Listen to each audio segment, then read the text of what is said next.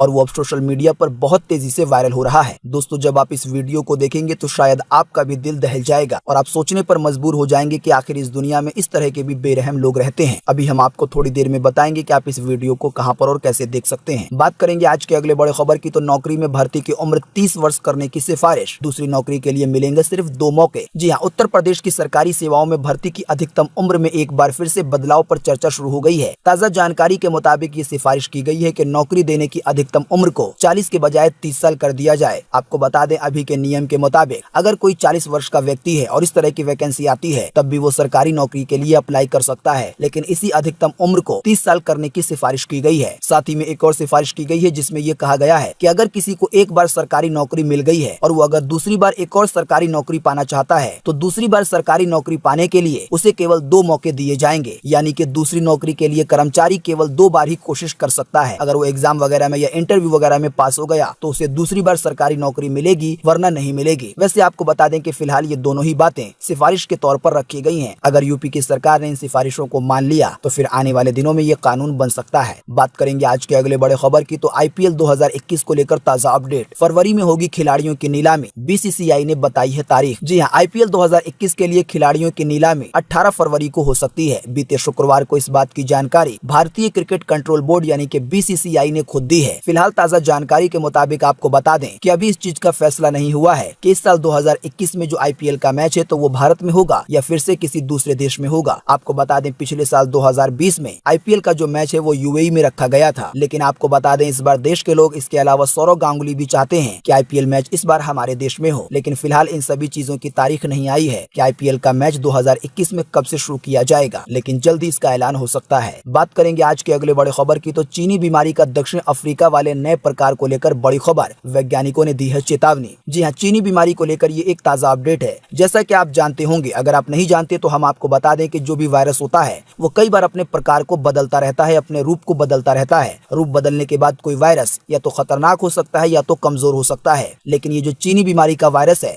इसके बारे में ये देखा गया है कि इसने भी अपने रूप बदले हैं और रूप बदलने के बाद जो चीनी बीमारी का वायरस है, जो चीनी बीमारी का नया प्रकार है, वो और ज्यादा खतरनाक हो जाता है। अभी हाल ही में आपने ब्रिटेन के चीनी बीमारी को लेकर बड़ी बातें सुनी होंगी और इसी की वजह से ब्रिटेन की फ्लाइटों पर भी रोक लगा दिया गया था। लेकिन आपको बता दें, इसी बीच और इसी कड़ी में दक्षिण अफ्रीका वाले नए वायरस के प्रकार को लेकर बड़ी खबर आई है। ताजा जानकारी के मुताबिक बताया गया है कि चीनी बीमारी का जो नया प्रकार है दक्षिण अफ्रीका वाला, तो ये एंटीबॉडी को भी धोखा दे सकता है। आसान सी भाषा में कहें तो फिलहाल जो चीनी बीमारी की दवा बनाई गई है, तो ऐसा हो सकता है कि इस चीनी बीमारी की दवा से चीनी बीमारी के इस नए वाले प्रकार का इलाज ना हो सके, क्योंकि किसी बीमारी की वैक्सीन जब बनाई जाती है या जो चीनी बीमारी को लेकर वैक्सीन बनाई गई है, तो ये एंटीबॉडी के सिद्धांत पर बनाई जाती है। इसी की वजह से ये अनुमान लगाया जा रहा है। वैसे तो हमारे भारत में चीनी बीमारी के मामले बहुत ज्यादा कम हो गए हैं और खुशी की बात है कि चीनी बीमारी की दवा हमारे भारत में बहुत सारे लोगों को लगना भी शुरू हो गई है। लेकिन इन सब के बावजूद हमें सावधान रहना होगा। आप जब भी घर से बाहर निकलें तो मास्क जरूर पहने, सोशल डिस्टेंसिंग का पालन करें। इसके अलावा सरकार की तरफ से जो भी निर्देश दिए जाते हैं एहतियात बरतने के, तो उसका भी पालन करें।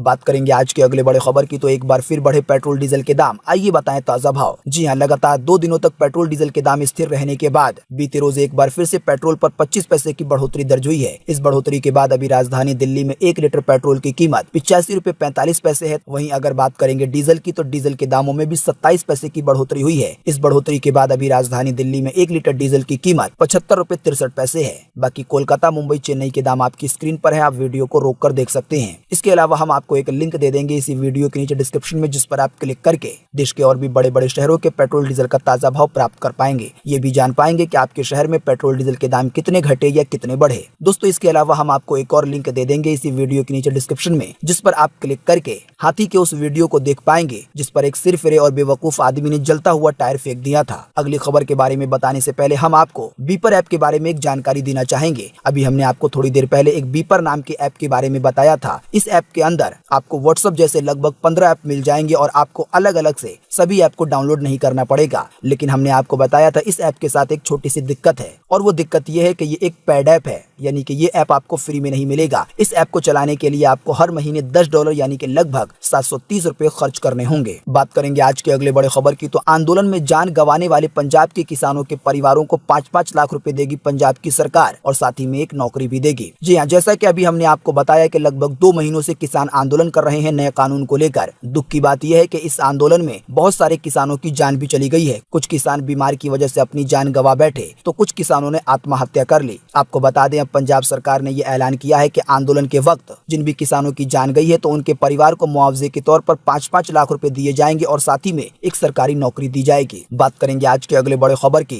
तो 3 दिनों की बढ़त के बाद बीते रोज सोना भी हुआ सस्ता। आइए बताएं सोने चांदी के ताजा भाव। जी हाँ, बीते रोज एक बार फिर से 263 रुपए की गिरावट दर्ज की गई है सोने पर। इस गिरावट के बाद अभी 10 ग्राम सोने की कीमत राजधानी दिल्ली में 48,861 रुपए है। अगर बात करें चांदी की, तो चांदी के दामों में भी 806 रुपए की गिरावट दर्ज हुई है। इस गिरावट के बाद अभी 1 किलो चांदी की कीमत राजधानी दिल्ली में 66,032 रुपए है। दोस्तों, अगली खबर के बारे में बताने से पहले आपके लिए एक बड़ा सर्वे और एक बड़ा सवाल। अगर आप इसमें हिस्सा लेंगे और इस सर्वे का जवाब देंगे, तो इससे बहुत कुछ पता चलेगा पूरे देश के लिए। दोस्तों, अभी हमने आपको थोड़ी देर पहले एक बड़ी खबर बताई थी ट्रैफिक रूल्स को लेकर। हमने आपको बताया कि गुरुग्राम प्रशासन की तरफ से ट्रैफिक रूल्स को लेकर एक नया कानून लाया गया है, जिसके तहत आने वाले दिनों में अगर कोई व्यक्ति रॉन्ग साइड गाड़ी चलाएगा, तो पहली बार तो उसका चालान काटा जाएगा और कुछ दिनों के लिए उसका लाइसेंस सस्पेंड किया जाएगा। लेकिन अगर वो गलती दूसरी बार दोहराएगा, तो उसका लाइसेंस हमेशा के लिए रद्द किया जा सकता है। तो आप हमें इसी वीडियो के नीचे कमेंट बॉक्स में कमेंट करके बताएं कि गुरुग्राम प्रशासन की तरफ से ये जो नया नियम लाया गया है, तो आपकी पर्सनल राय के हिसाब से ये नियम सही है या गलत है, और क्या इस तरह का नियम पूरे देश में लागू कर देना चाहिए या नहीं करना चाहिए, ताकि कोई भी व्यक्ति आने वाले दिनों में उल्टी साइड गाड़ी ना चलाए और इसकी वजह से जो रोड के हादसा होते हैं उसमें भी कुछ कमी आ सके। तो फटाफट से आप अपना जवाब अपनी पर्सनल राय के साथ इसी वीडियो के नीचे कमेंट बॉक्स में जरूर लिखें। आपके दिए हुए जवाब से बहुत कुछ पता चलता है। बात करेंगे आज के अगले बड़े खबर की, तो इंडिगो स्पाइस जेट का ऑफर आगे बढ़ा। सिर्फ 877 रुपए में भर सकते हैं उड़ान और कर सकते हैं हवाई सफर। जी हाँ, जो भी लोग हवाई सफर का आनंद लेना चाहते हैं और एक जगह से दूसरी जगह जाने के लिए हवाई जहाज का सफर करना चाहते हैं, और अगर ऐसे लोगों का बजट भी बहुत ज्यादा कम है, तो स्पाइस जेट की तरफ से और इंडिगो एयरलाइन की तरफ से अभी एक सेल चलाई जा रही है। वैसे तो आपको बता दें, ये सेल 17 जनवरी को ही खत्म होनी थी, लेकिन इसकी डेट को बढ़ाकर 24 जनवरी कर दिया गया है। तो जो भी लोग हवाई सफर करना चाहते हैं मात्र 877 रुपए में, तो ऐसे लोग इस ऑफर को एक बार चेक कर सकते हैं स्पाइस जेट या इंडिगो की वेबसाइट पर जाकर। आपको बता दें, आप 24 जनवरी तक जो भी टिकट बुक करेंगे तो उन टिकट की सफर की जो तारीख है वो 1 अप्रैल से लेकर 30 सितंबर के बीच में होनी चाहिए। बाकी अधिक जानकारी आपको इंडिगो की वेबसाइट से या उनके कस्टमर केयर से भी मिल जाएगी। तो दोस्तों, आज 23 जनवरी 2021 की यही ताजा खबरें थी और महत्वपूर्ण खबरें थी। उम्मीद करते हैं इससे आपको काफी कुछ जानकारी मिली होगी। हम बस इसके बदले में आपसे इतना ही चाहते हैं कि आप इस वीडियो को लाइक कर दें और शेयर कर दें, क्योंकि आपका लाइक और शेयर करना ही हमारी मेहनत का फल होता है। वीडियो देखने के लिए आपका बहुत बहुत धन्यवाद। Thanks for watching.